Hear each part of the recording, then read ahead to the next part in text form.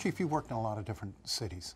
Do you see anything in Detroit in terms of violence and the types of violence that is uncommon, not the same as you've seen elsewhere? Yes. I would tell you probably what was an eye-opener for me, and I think because Detroit has become desensitized to violence. You know, I talk a lot about my time in Maine and the state's model, the way life should be. There's a great expectation that people are safe. And so coming to Detroit, you know, the whole thing of carjacking. I remember when carjacking began to emerge in LA during the 90s where, you know, gang members were carjacking, taking cars from people by violence. It was shut down very quickly.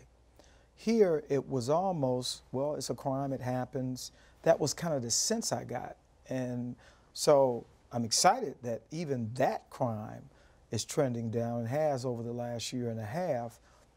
But that's an anomaly for me. Certainly the way conflict is handled. I mean, to have an argument and quickly resort to violence. You know, what I talked about, some of this past year, you know, the multiple shooting incidents. We've seen 19 year to date as compared to 12 last year. That's too much.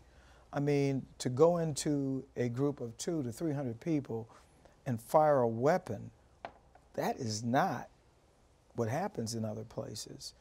I mean, certainly I'm not saying when you look at the level of violence that Chicago's seen over weekends that far exceed Detroit, but yet, you know, Chicago is a city of, what, 2 million people, which is very different.